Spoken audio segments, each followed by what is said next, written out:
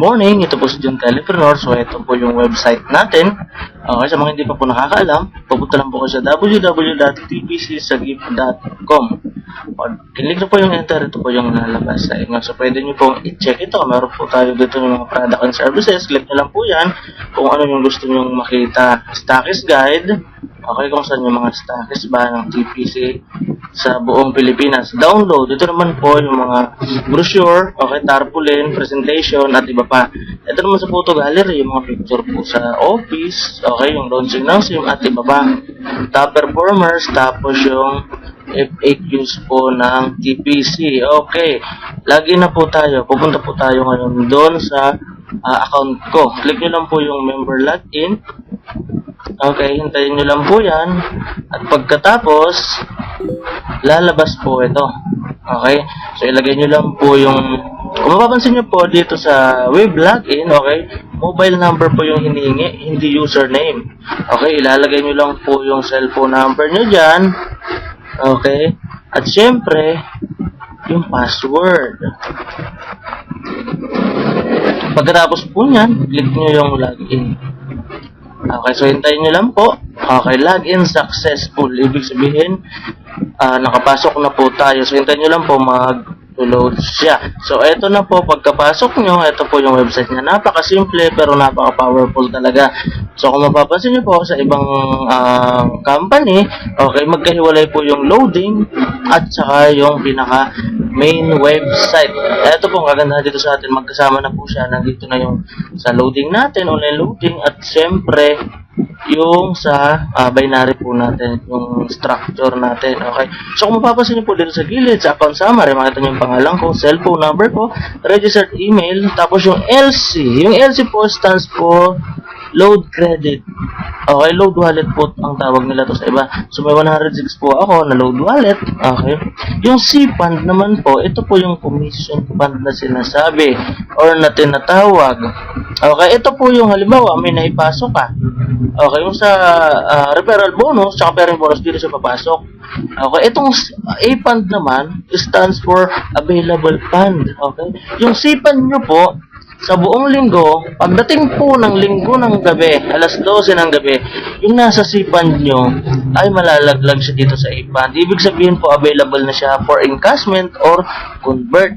Yung credits naman po, ito po yung number ng mga retailer nyo na hindi nyo pa na-register. So kung mapapansin nyo po, sa baba naman yung total commission na kinita mo mula nung sumali ka. Okay?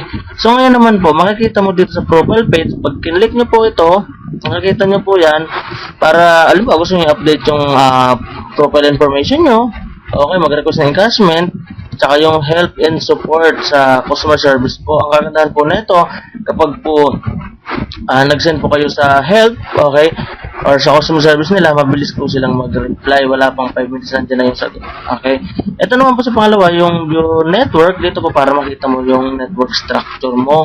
At kung sa pagre-register nyo din, dito rin po, i-click nyo lang to. Tapos, hanapin yung empty slot na available. Doon nyo po i-click para mas mabilis, para hindi kayo magkamali ng registration. Ito naman po sa pangatlo, yung sa online loading po ito. Okay, so kahit nasa abroad po kayo, kayang-kaya nyo loadan yung sarili nyo or yung mga katrabaho nyo, or kahit nasa Philippines nyo loadan nyo, gamitin nyo lang yung online loading. Basta meron kayong load credit.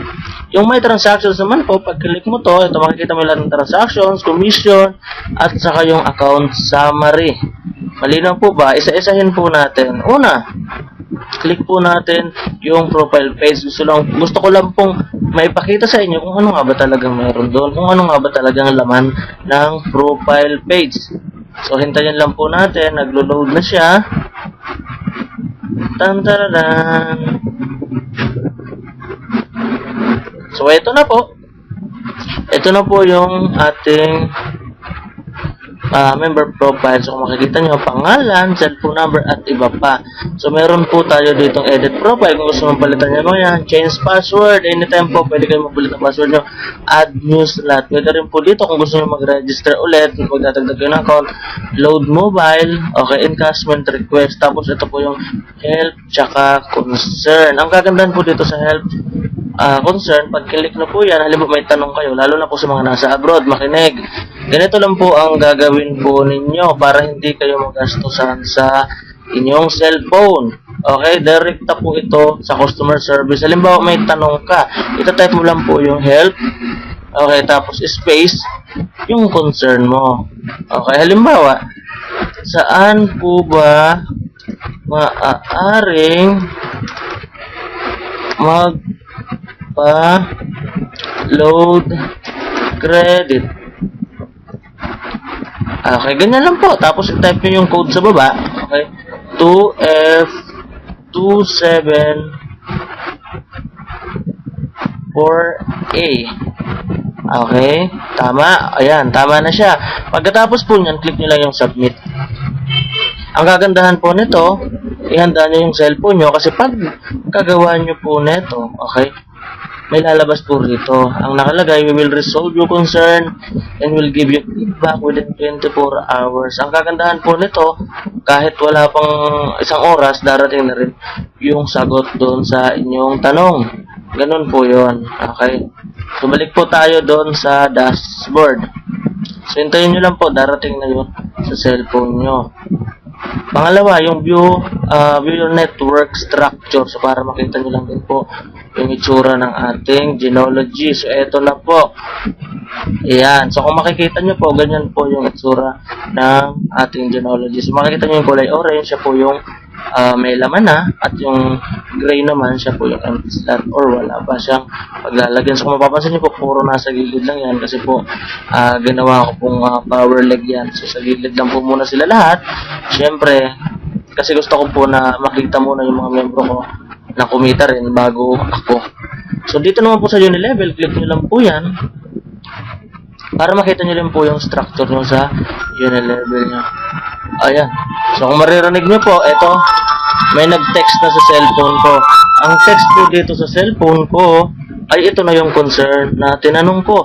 Ang tanong ko po kanina, di ba saan pwedeng mag-purchase? Ito po yung sagot niya. Okay, ayan. So, medyo malinaw po siguro yan. Or, ay medyo malabo pala. Ang nakalagay po dito, okay, good PM, you can purchase load credit through BPI, BDO, Metrobank, RCBC, at saka Smart Money. So, kung ano po yung tanong mo, halimbawa Tagalog din yung re-reply niya. So, kung English yung tanong mo, English din po yung re-reply niya. Mas ng Facebook nyo. Pangalawa naman, yung load mobile. Importante po ito, lalo na yung mga nasa abroad. Makinig kayo para sa inyo to. Ganito lang pong gagawin nyo. Kapag may load credit kayo, okay, anytime pwede kayo mag-load sa sarili nyo, sa mga katrabaho nyo, kaibigan nyo, kahit na yung nasa Pilipinas, pwede nyo po silang loadan. So, pag click nyo po yon, ito po yung lalabas. Okay? So, ilalagay mo lang po dito yung mobile number ng loadan mo. Okay? Bawa, ganito. Okay, tapos yung product code po, makikita nyo po dun sa brochure. So, lahat po ng TPC kit natin may kasamang brochure. So, yung mga nasa abroad man po na wala kayong TPC kit dyan, so mayroon naman po tayo dun sa group page natin, tingnan nyo na lang po. So, halimbawa na lang all text 10. Ang ilalagay mo lang is 8010. Ibig sabihin po yan, all text 10. Tapos, ilagay nyo lang yung code 989, okay, D2, 8. Okay? Tapos, i-click mo yung submit. Ang kagandahan po nito, kapag click mo yung submit, okay, wala pang isang minuto, tutunog na yung cellphone nung niloadan mo. Ganun po kabilis dito. Okay? Tapos, balik tayo sa dashboard. Dito naman po tayo sa my transactions. Ito naman po, alam nyo naman yun, di ba? Lahat ng mga transaction, commission, saka account summary, dito nyo po siya makikita. So, dito din po ulit sa harap, okay, makikita nyo dito, yung sa binary stats nyo. So, nandito po, makita sa group A ko, may 66 na ako katao, tapos sa group B ko ay 0. So, ganun po kaganda rito. Tapos, ano pa nga ba? Ito naman po yung sa... Tapos yun lang po muna siguro sa ngayon. Maraming salamat. Huwag niyong kakalimutan mag-log out after nyong matapos sa inyong mga transaction or sa mga ginawa. Lalo na po yung mga nasa lalo na po yung mga nasa computer shop lamang. Okay, kasi po pwede nilang i-transfer yung earnings nyo. Okay, o di kaya i-convert na sa load wallet. Alam mo yun, mahirap na. So, kaya huwag niyong kakalimutang mag-log out po. O yan. So, eto na po ulit tayo. Nakalabas na tayo. So, yun lang po muna ulit sa ngayon. Maraming salamat. Si John Teleprono po ito. Okay. Hanggang sa muli.